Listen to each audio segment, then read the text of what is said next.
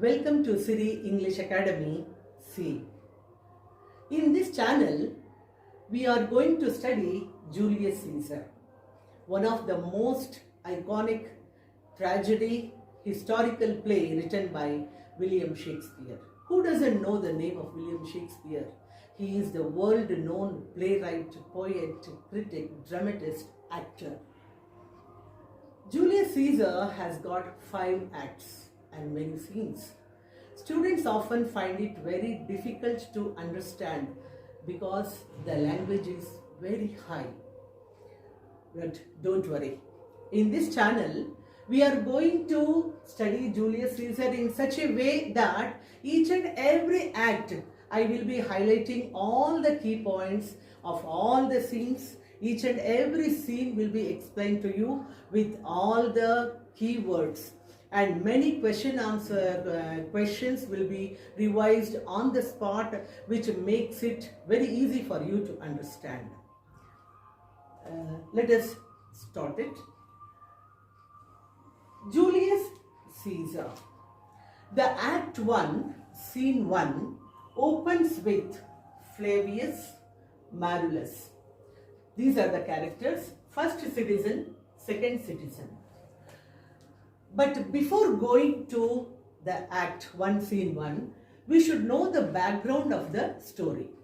Now, in this background of the story, the important characters which we have to know is Julius Caesar and Pompey. Who is Pompey? Pompey and Julius Caesar, both of them are supreme commanders of Roman Empire. Very valiant. They both were equal in each and every respect. They both were friends in the beginning. But later, when the civil war broke out in Rome, there was a differences between Pompey and Julius Caesar. And there was a war which was waged between Pompey and Caesar. Caesar defeated Pompey, and in fact Pompey was killed. After that, Julius Caesar waged so many wars in order to make Roman Empire very rich, and he also brought a lot of wealth from different countries to Rome. He won many countries. He won many provinces which were added to Rome. Rome was extended, and Roman Empire became most powerful during the time of Julius Caesar. And Julius Caesar was very affectionate to all his Roman subjects. He had so many good qualities which made him most popular than Pompey and other rulers. Subjects of Rome, they liked Julius Caesar. In fact, they wanted to make him as the king. And there were others who did not like this popularity of Julius Caesar. So there were many enemies of Julius Caesar who liked Pompey but who hated Julius Caesar. Now, after waging so many wars, Julius Caesar returns to Rome triumphant with lot of victories. He is victorious, the most popular, most powerful Julius Caesar. He is returning back to Rome. This is the backdrop of the story. Now, the characters, as I told you, Flavius and Marullus. Who are they? They are the tribunes. Tribunes means the officers of Senate. Now, these two tribunes, Flavius and Marullus, they hated Julius Caesar because they liked Pompey very much. They were on the side of Pompey always. When Julius Caesar returned to Rome, everywhere there were celebrations. All the people in the Rome, they were on the streets to welcome Julius Caesar. They were so joyful, they were rejoicing like anything. They just wanted to welcome Julius Caesar because they loved him so much, they liked him so much, they wanted to show their affection for Caesar. This was not liked by the tribunes Flavius and Marullus, who were the supporters of Pompey. They just saw the people who were standing on the streets in crowds. They became so furious. They just wanted to chase them out, because if all of them stand there, Caesar will become more and more happy. He feels that his popularity and power has increased, which they never wanted that. They just wanted to chase away all the Roman subjects who were so affectionate to Julius Caesar. From here, actually, the scene 1 starts. Act 1, scene 1 starts from here. We are not going into each and every line in detail. We will take the brief summary which contains all the highlights, all the key points that we are going to highlight in this particular act, which will help each and every student to remember, because I will be using all those key words again and again. Enter Flavius, Marullus and some citizens. Flavius: hence home, you idle creatures, get you home. Is this a holiday? What know you not, being mechanical? You ought not walk upon a laboring day with the sign of your profession. Speak, what trade art thou? First citizen: why, sir, a carpenter. Now Flavius, who is a tribune, he is questioning the people. You idle creatures, why are you standing on the streets like this? Don't you know it's a laboring day? Laboring day means working day. Don't you know it's a working day? And leaving all your jobs behind, profession behind, how can you stand on the road like this? What art thou? Means, what is your profession? Like that he asked to the first citizen. And he replies, why, sir, a carpenter. He replies, sir, I am a carpenter. Marullus questions him, where is thy leather apron and thy rule? What dost thou with thy best apparel on? You, sir, what trade are you?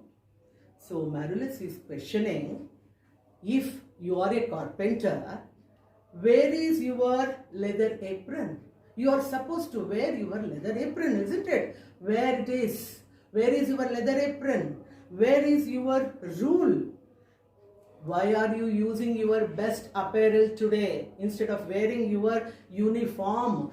You are wearing best apparel. Apparel means dress. Your own dress, colored dress or civil dress you are wearing. Why? Like that he questioned. Then, what trade are you? Immediately he asked the second citizen. The second citizen says, truly, sir, in respect of a fine workman, I am but, as you would say, a cobbler. Now, the second citizen was questioned by Marullus. What art thou? What is your profession? Then he will say, I am a cobbler. Marullus: what trade art thou? Answer me directly. Now, he will say, what art thou? The second citizen, when he was questioned, he says, sir, I am a cobbler. Again he will question him, directly tell me, what is your job? What is your profession? Then he will tell one sentence, sir, I am a mender of bad souls. That's what he says. I mend bad souls. So here, this is the word he uses. I mend bad souls. Now here, that cobbler is using the pun P-U-N, pun. Pun means a single word has got two different meanings. Soles means the part of a shoe which has to be repaired, and soul means the human soul. Correct? Human soul. So here he says in that sense he is using that word. Okay? He is using the word human soul, S-O-U-L it is, but he is using the same sounding word. Okay? He is using the same sounding word, S-O-U-L soul, S-O-L-E soul. And it is a kind of mockery done by him for Marulus. He just wanted to insult Marulus, telling that, sir, I mend bad souls. If you like, I am ready to mend your soul. That's what he says. I am ready to mend you. Then he becomes very angry. Marulus becomes very angry at him. And he tells him, you knave, you naughty knave, saucy fellow, what, you want to mend me? Like that, he questions. He shouts at him. Then immediately, Flavius will question him. Immediately, he will ask him, what, thou art a cobbler? When he says, I am ready to cobble you, he says. Okay. When he says, I am ready to cobble you, immediately Flavius will question him, are you a cobbler? Like that, he questions. Then Flavius asks him, wherefore art thy shop? Now he asks him, if you are a cobbler, why are you standing here? Why should you stand here? Where is your shop? Like that he questions. This cobbler, he was so confident about his profession that he answers him, sir, I am like a surgeon for the bad souls. Many needs leather had gone in great danger. I have repaired them, he says. Which means, I am like a surgeon. See, medical surgeon, we know. He says, I am like a surgeon to repair the bad shoes. Sir, I have so many shoes I have already repaired. When he said like that, he tells him, then why are you not in the shop? Why are you here? For that, the second citizen says, truly, sir, to wear out their shoes to get myself into more work. But indeed, sir, we make holiday to see Caesar and to rejoice in his triumph. Now, he tells him the correct answer for what purpose he was there. If I stand here, sir, more and more number of people will come here. So my business will improve. I get so many bad souls which I can repair. That is one reason. And the another reason is that we just want to rejoice the victory of Julius Caesar. That's why we have declared holiday. Though it is a Labor Day, working day, we have declared holiday and we all have gathered here to rejoice the victory of Julius Caesar. That's what the second citizen will answer. Then Marulus will become very angry and he says, wherefore rejoice? What conquest brings he home? What tributaries follow him to Rome? To grace in captive bonds his chariot wheels? You blocks, you stones, you worse than senseless things. O you hard hearts, you cruel men of Rome, knew you not Pompey? Many a time and oft have you climbed up to walls and battlements, to towers and windows, yeah, to chimney tops, your infants in your arms, and there have sat the livelong day with patience expectations. Now, the meaning here is, he is telling, when Pompey ruled, when Pompey came on the streets, you idle creatures, you senseless things, you were showing your gratitude to Pompey. Many of you were waiting like this to receive him, to give him a welcome. You stood on the streets. All of you were together, wanted to welcome, and you climbed up the walls with the infants in your arms. Chimney tops also you climbed up, and you were showing your loyalty to Pompey at that time. But now you have changed your loyalty. Instead of Pompey to welcome Julius Caesar, you all have joined together and you are here. Have you not made an universal shout that Tiber trembled underneath her banks to hear the replication of your sounds made in her concave shores? So he is telling, as if the river shores also will react to the reception given to Pompey, you people will rejoicing the Pompey's return. But now that comes in triumph over Pompey's blood. And do you know, cull out a holiday? And do you now strew flowers in his way that comes in triumph over Pompey's blood?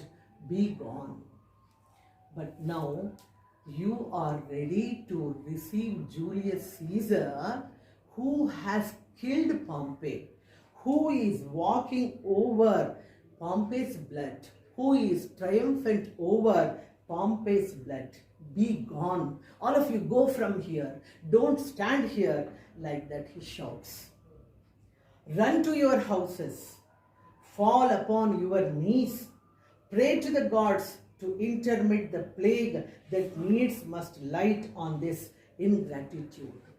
Now, Marullus is so angry that instead of Pompey, now the people are ready to welcome Julius Caesar. He feels that because of this ungrateful nature, ingratitude nature, they are ungrateful to him. Because of that, they are creating, they are inflicting.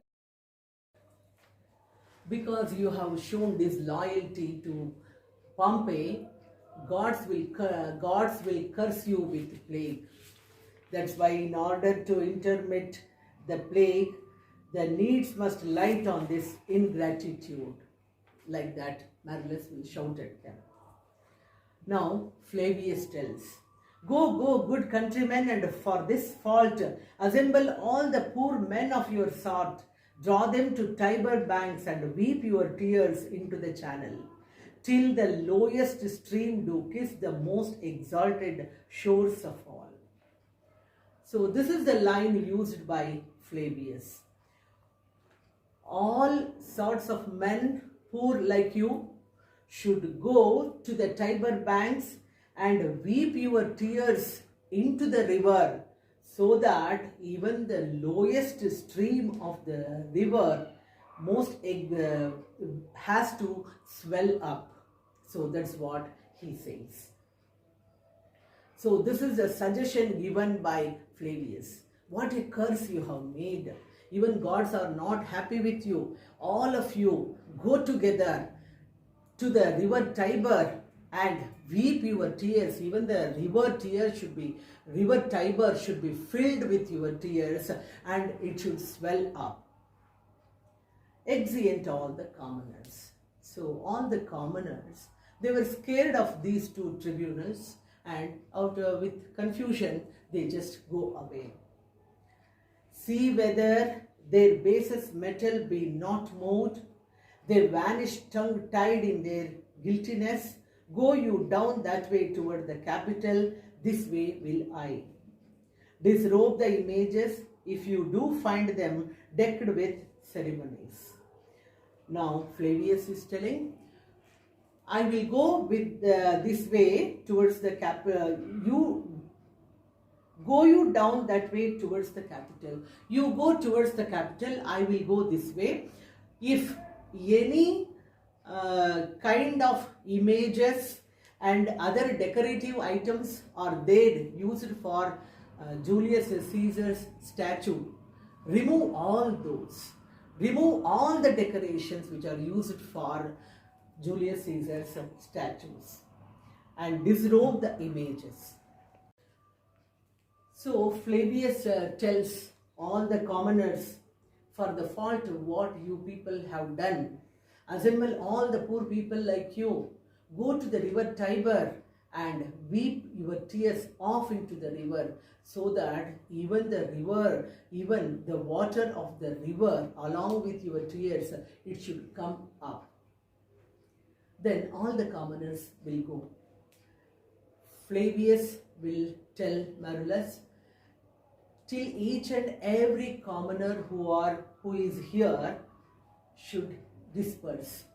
See to that all of them they go away from here.